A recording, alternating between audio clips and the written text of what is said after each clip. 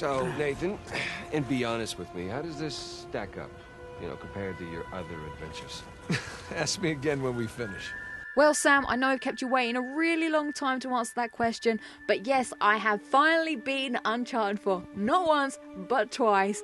And I know I took my sweet time, but there was so much to do, I just wanted to savour it all, because this might be the last Uncharted game ever. This might be the last time I ever hear Nathan Drake say brand new words. That's like a big deal to me.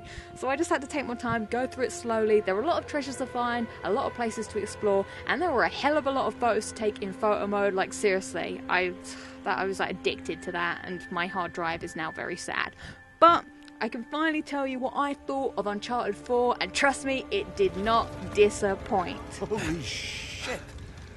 So before I get into this whole video, I just want to say that it's going to be spoiler filled. I really just want to talk about anything and everything Uncharted 4. So if you haven't played the game, then come back later or something, or just play it. I know that it's tough. I mean, this is coming from me. I take like a year and a half to complete games, and this was like, I had to really push myself to beat it in the month and a half that I did. But just so I can talk about everything, I'm just going to get really into the spoilers and stuff. So, because a couple of people were asking me, oh, what were your thoughts on Uncharted 4? So I thought I'd make this little video and talk about it. Maybe it would be like therapy for me, get it all off my chest. It might just help me with the grieving process with the end of Uncharted 4. So here we go. I'm going to start off with just my general thoughts. Hopefully I don't ramble too much about it. Sorry if this is going to be a really long video. I have no idea how long I'm going to talk about this. So let's get on with it. All right, Captain. Overall, I think Uncharted 4 was a really, really good game. Like, oh boy, there's so much to get into here, but I actually enjoyed it more the second time I played it. The first time there were a couple of bits where I was a little bit unsure, as mainly I was worried about certain bits in the story or how the story was going to end and stuff, and things were a little bit like, oh, I don't know, and I was kind of waiting for the Uncharted-y moments to happen, especially with like the beginning of the game. It starts off a little bit slow because it's very tutorial-y, and I felt like they didn't let you off the reins until about chapter 8, because they're still sort of like teaching, this is how you stealth people, this is how you grapple hook and slide on your ass all the time.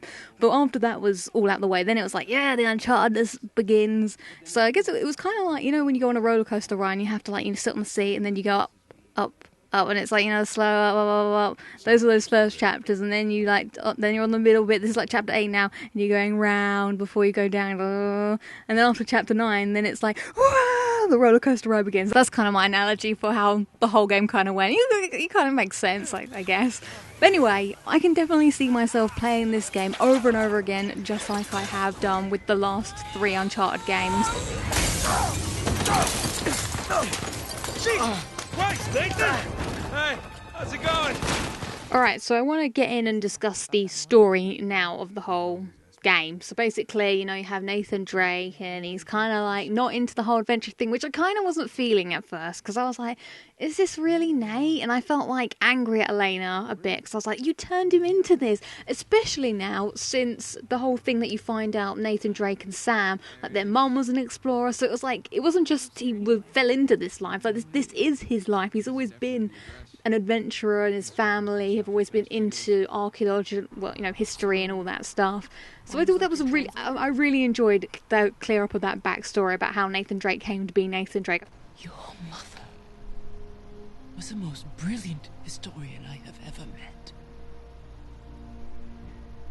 So after that, obviously, Sam comes back, and I'm a little bit meh on Sam. I mean, he's not a bad character, but it is a bit weird how he comes back. And sometimes I felt like it was a bit like Sam's story almost, because he's the one that wants to go on the adventure, and you don't get totally happy-go-lucky Nate so much, because a lot of the time he's kind of not pretending, but he's not feeling the adventure because he doesn't feel like he should be enjoying it, if that makes sense. And it was more like Sam was like, oh my god, this is awesome, oh, it's all piratey everywhere, and it was like, oh, okay. So then there was that, and then you have the whole thing where finally Elena comes back, and this was probably my favourite parts of the game, was you and Elena, the old A-team back together, exploring through the jungle, like, Uncharted Drake's Fortune, and I loved the Uncharted Drake's Fortune's kind of vibes I got from this game of being on a jungle and stuff, and it's you and Elena just exploring, and even in the catacombs kind of area, you got that sort of vibe of when they were underground and stuff. So I thought that was a really good callback. And the whole thing with the pirates as well, I thought was a fitting end story. The whole story was basically a fitting end story to the Uncharted games, if this was the last Uncharted game, because I think it had a good arc of how everything, you know, went down, especially with the pirate story reflected on, you know, Nathan Drake's story. Like, this is what can happen if you don't know how to stop adventuring, even to the point with those letters at that woman's house that you're reading about her life. She couldn't let go of the adventures and it cost her family and stuff. And I was reading them when I played it the second time. I was reading those. I was like, wow, this could have been what happened to Nate and Elena. Like, because this woman, she just went off and did it by herself and just left her family behind. And imagine if, you know, Nate had just done that, especially since at the end as well, like Nathan Drake's managed to like sort it out and he has a family and they can all do adventures together. But I thought that was really nice, all these little stories all tied together to make a greater story. Speaking of all the letters and stuff like that, I thought that was a really cool addition to the Uncharted games. Like we saw they did that with The Last of Us, and I thought that worked really well here. And they brought over here, and again, with the fact that all the history and stuff, it was just really interesting to read those and have the little optional conversations with everybody. The Last of Us things were quite cool. I mean, sometimes it felt a little bit too Last of Us, like even to the point where I was like pulling out some drawers and I was like, oh, empty drawers. Where have I pulled out empty drawers before?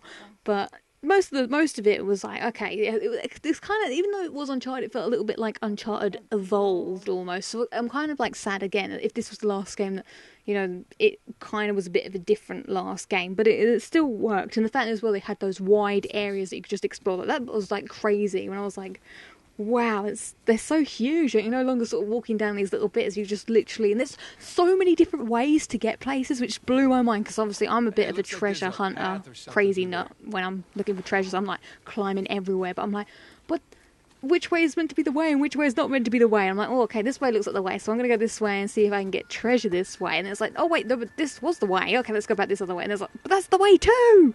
I thought that was really cool. I guess that's like real life. In real life, there are many ways to skin a cat, so they say. That was definitely a cool addition. Even the new gameplay things, like the driving and the swimming and stuff. Well, I guess they had swimming in the other games, but this is probably the best swimming I think I've ever played in any video game ever.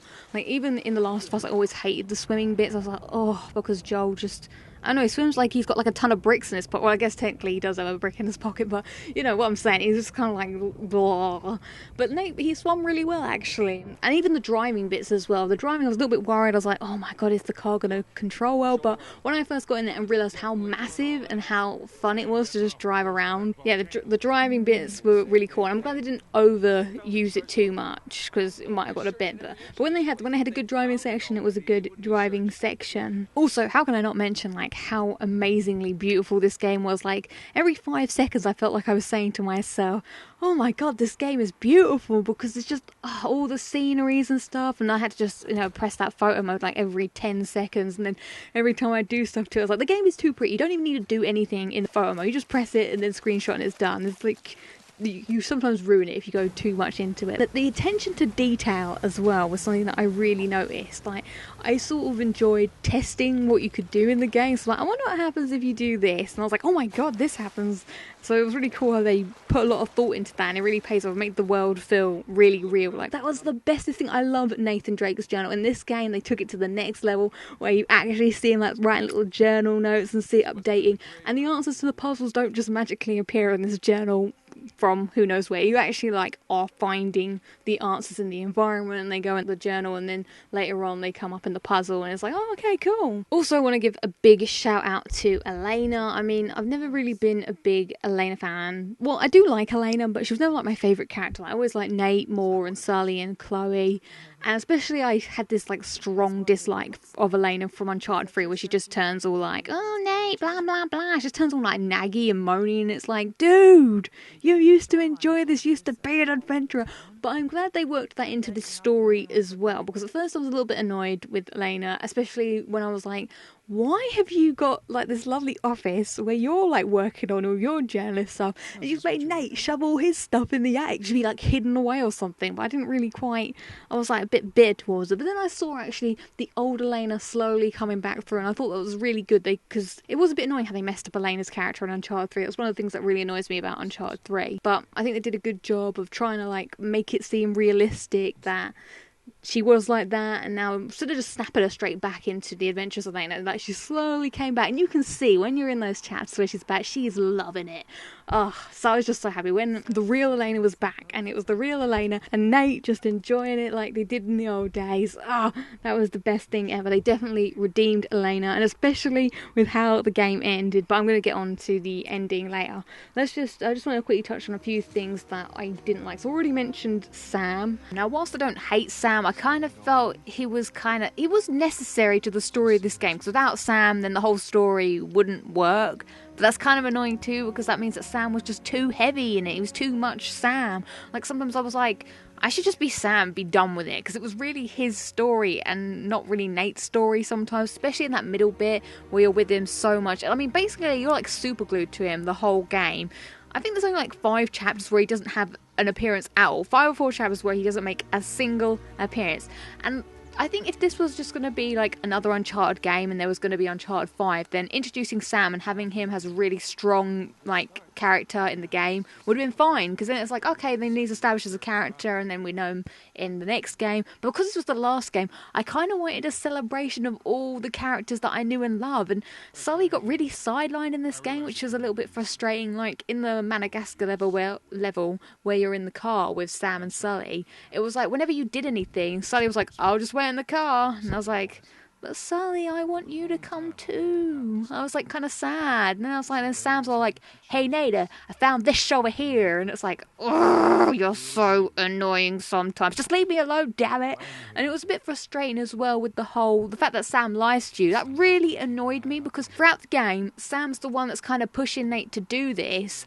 And even I was getting a little bit agitated, because Nate was putting him, I can understand why Nate would put his long lost brother over obviously Sully and Elena. But as a viewer, or a player playing the game, I was just like, oh, Sam, you're just too much. And I want Nathan Drake to be the Nathan Drake I knew and loved from all the games. And Sam, you're bringing him down. He's like depressed with you. Like, yeah, he's like happy, but he's also like, oh yeah, I'm a bit sad too because I'm doing this and I really shouldn't be, and I'm lying to my wife now, blah blah blah blah blah. But on a second playthrough, I mean, Sam doesn't offend me that much on a second playthrough. Now that I know him a bit more, I guess the first time I was just really worried that this was going to be it. Sam was going to be here the whole game. We wouldn't see Elena and the others and stuff. Now, in retrospect, it's okay, but it's still a little sad that he takes so much of the game and we don't have Chloe and Cutter. But I understand, because Chloe and Cutter, they probably wouldn't have fit into this storyline. I have mixed emotions on Sam. Actually, another thing that really annoyed me about Sam was the fact that obviously he does lie to you. And when we met up with him again, like, I was mad. I was like legit mad at him. And then Nate's like, yeah, we'll talk about this later. And then he runs off and we have to go and chase him. I was like, we should just leave. At this point, I'm like, I am done with you, Sam.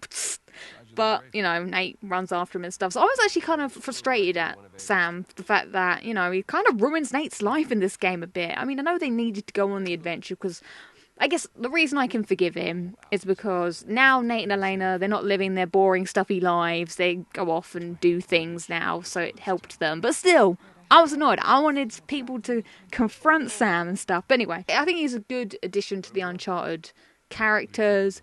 It's just a shame that he was introduced into the last game, which meant that it had to be really about him, and which meant other people didn't get like much of a look in. That's basically my whole Sam issue. And also the other thing that I found as well the first time I played it, and even the second time, it's a little bit too combat light, the game. Like, you get these little like pockets of enemies and you don't really get, I mean, sometimes you get little bits of the big Uncharted things where, like, this is a typical Uncharted thing that happens in like every game, okay? So like Nate's somewhere and then you discover something and then you hear, he's over here, and then you're like, oh crap, and then the guys all come. That happens like twice in this game maybe, where it used to happen like every other fight in the other games.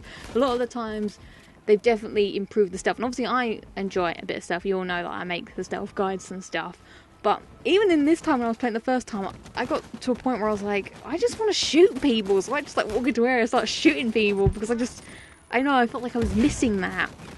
And whilst it's definitely great that you can use stealth in the higher difficulties and stuff, the first time I played it, I just wanted to play a third-person cover shooter. Sometimes that got a little bit annoying, but Definitely the only real chapter that felt like the big Uncharted combat thing that I was used to was like the end of chapter 9 when you kind of escaping. There was a little bit of it there, but the main one was chapter 20 when you had that huge fight swing. Because when I got to that bit, I was like, yes, this is what I've been waiting for. Because just that craziness, and it all came at once, and that's definitely a great bit of the game.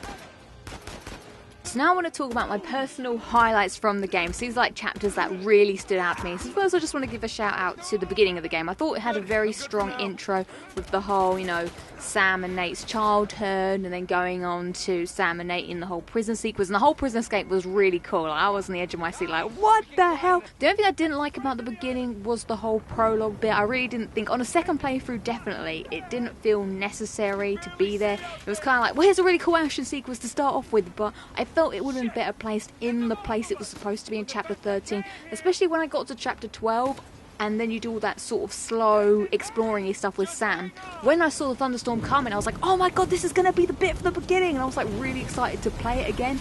And then when it got to a bit and you just did that kind of fast pass like little video clip, and I really didn't feel like it did it justice. I really wanted to play that bit then, and it just sort of skipped ahead, and then you're doing another climbing-y section. So that's the only thing I would change about the game, really, if I wanted to. I just get rid of the prologue, start with Nate and Sam as kids, and put that bit where it should be, because I really think it would have worked really well there. Anyway, so I just want to get out of it. Also, the title sequence was so cool. I loved how it went through all the games and stuff, which leads me on to my next highlight, which is Chapter 4, A Normal Life. Oh my god, there was so much that I loved about this chapter. So first of all, you're up in Nate's attic, and you get to look through all the stuff from all over the games. But what was the best bit about that was the fact that when you picked the stuff up, it played the music from the game in the background. Oh, that was so good! And especially because I love all the music. It was like a little woo-doo-doo-doo-doo-doo. Oh, that was just too good. So after you do all that, and then you like mess about as Nate, I thought this was the pinnacle. But then you go downstairs, and Elena plugs in like the PS1, which first I was like, Elena, you need to upgrade. Like, come on, this is PS4 time now. But still, and then I don't know. I didn't actually connect the dots. I didn't think, oh, PlayStation 1, they're gonna play Crash Bandicoot. But then when it came, I was like, oh my god, Crash Bandicoot! I'm a huge Crash Bandicoot fan, and this is like the best thing ever. Like, and then we actually played it. I was like, this is so cool. This is like the best. Oh my god, that was I can't even talk about it anymore because it was just too good. So that chapter, definite highlight because of all those things. Perfect. By the way, foxes can't do this. It's a bandicoot. So the next chapter I want to give a shout out to is chapter 11, Hidden in Plain Sight. So this is like when you and Nate get some good Nate and Sully time, because from my other videos you may know that I enjoy a bit of Nate and Sully time. That's good banter, and of course, as I said earlier, Sam is with you for a lot of the game. So I liked how we could just be us two. So you do some nice stuff through the market, and wow, the attention to detail really showed for here, because all the stuff you could do in the marketplace was so cool. I was like, wow. And then the clock tower bit I really enjoyed and everything, and then that convoy sequence just topped off the chapter. So like, I'd not watched the E3 gameplay demo prior. Like, I'd watched the first bit where you're in the Jeep before, but you know how they did the extended bit where you could see what everyone saw behind closed doors. I made like a conscious effort not to watch that because I just didn't want to see any more. I was like wowed out enough. And that bit blew my mind. I am so happy I never watched it the first time, because I was actually amazed. I had no idea how much freedom you had in that bit. Like, it wasn't just... I kind of knew little bits, like there was some sort of rope dragging and obviously some sort of chase that ended up with you and Sam on a motorbike. That was about all I knew. But I didn't realise, like, how much you could, like, climb on the truck and then jump and actually drive another car. That was like... And you could just do... The game wasn't telling you what to do. You just had to kind of do it, and it was up to you. Like, you could just get in the car and drive the whole way if you wanted, or keep going. That blew my mind, that bit. That was really good. And then it ends with a really nice poignant cutscene as well. So chapter 11, good stuff.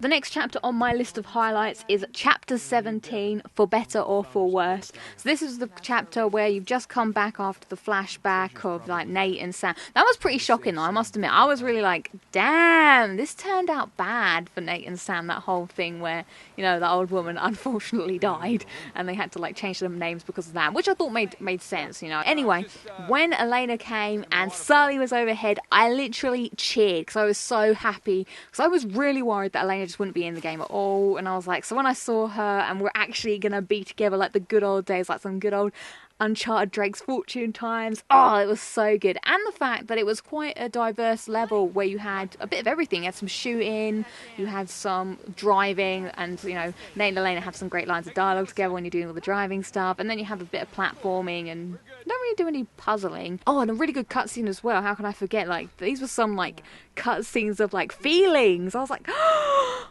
made me like love Nate and Elena more than I've ever loved them ever. And then they had that really big bit after that cutscene where you're like driving the car and all this sad music's there, and I was like, what is the sad music? I'm not prepared for this. But it was really nice, and I really liked that chapter. It was really sweet. Right, the next chapter on my list is chapter 20, No Escape. Now this was full of Uncharted awesomeness. That's what I've actually written down here, Uncharted awesomeness.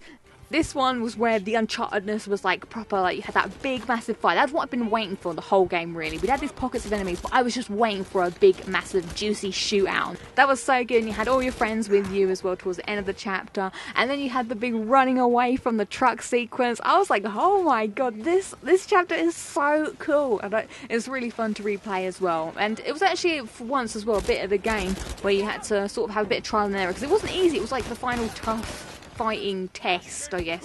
Well, I guess it was, wasn't it? 'Cause you had like a load of guys and stuff, and it was tough at the beginning, but I enjoyed it. It was like a good challenge. And then at the end of the chapter, it quietens down, and you're all gonna go and leave and fly away and leave everything behind. But then Sam, goddamn Sam, you just can't let it go. But I forgive you, Sam, sort of.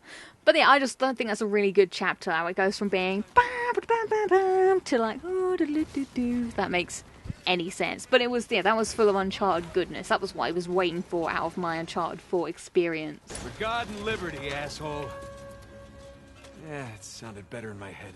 And so speaking of the final sort of combat test, I liked how in chapter 21 that was kind of the sort of final big platforming test. Like you had to put all your skills together, the grappling hook, the R-sliding and the jumping and everything. It was all like one final big thing that Nate had to do. And it was really cool having to climb up that mountain, and it was like, and the mountain you'd seen throughout the whole game as well. I don't know, I never sort of like thought that, oh, that's gonna be important in the story. I just thought it was one of those things that Naughty Dog does, because in a lot of their games they always have something for you in the distance to look towards so you know where you're going. Oh, and when you come down that final bit and you see the ship there, I thought that was the coolest thing. Like, you'd seen all these sort of ships that had been like broken up and mold had taken them over, and then there's Henry Avery's ship and it's like in pristine condition, well, as much as it can be, but you know, compared to the others, that was like gold and it was large and it was like, wow. And, oh, that was a really cool image to see. So that leads me on to talk about that ending. I have a lot to talk about this ending. So one of the things that I was most worried about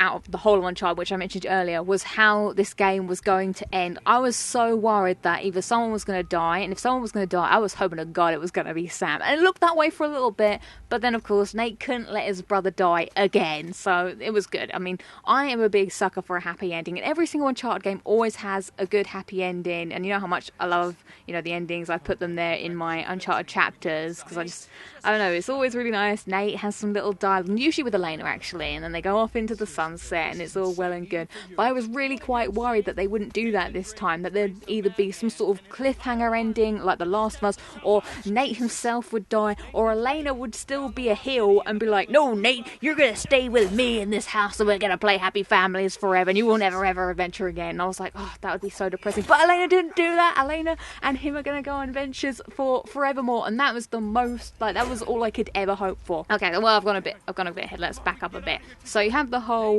fighting with Wraith thing, which was, you know, it was pretty cool. I liked that. It was a different kind of boss fight.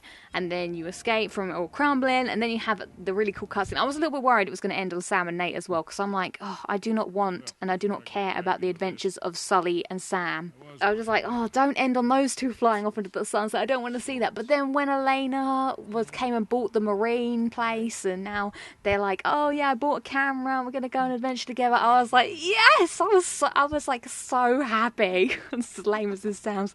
Because Elena, she was lying to herself the whole time in Uncharted 3. She does like the adventure, but she just couldn't, like, say, oh, I do enjoy it, but now I'm glad that they do enjoy it and they're going to go off and do that all together. So, and then I thought that was the end. And then there was the epilogue where you got to play Crash Bandicoot again. I was like, okay, this is cool. That's interesting. So, like, I was like, I'll play you for it. And it goes to black. And it's like, no, we're doing it right now. And then you turn around and they have, like, a girl and a dog. And it's like, oh my God, they have this perfect house. And I was, like, literally really jealous. I was, like, walking around this girl and, like, oh my God, her mum and dad are Nate and Elena. Like, how cool is that? Like, and they live on an island, and she goes on adventures, and she has a dog. Oh, it was just too much goodness. And I was like walking around, it was so good. And then you go into their other house and stuff and see like he's got all his stuff locked away in a cupboard. And I like that again, going through all the adventures one more time. And then, oh my God, I was not prepared. I was really worried that I was going to see like really old Nathan Drake. But he aged well, actually. I was quite pleased that he didn't look like decrepit and old. He still looked decent. And I was like, thank God. I was a bit worried I might come and see him in his deathbed or something. Like lying there like, Cassie, please live on the adventures for me. I was like, no! Like, what if they'd killed him off as an old man in the epilogue? These are the thoughts I was thinking, but thankfully it was all good. They explained it to him, and it was just, it was such a perfect way to not only end the game, but end the Nathan Drake story as a whole. Like him, Elena, and his daughter, they all go off and continue doing adventures forevermore. I can live with that. I can live with that forevermore and be really happy that that's how the game ended. And I think the game does a really cool thing where he talks about where Cassie's like asking about, you know, all the stuff, and then he starts telling her the story of how Uncharted Drake's Fortune began, and then that's how it ends, and it makes you really want to play all the games again. Like, that's really cool. It's like a complete circle.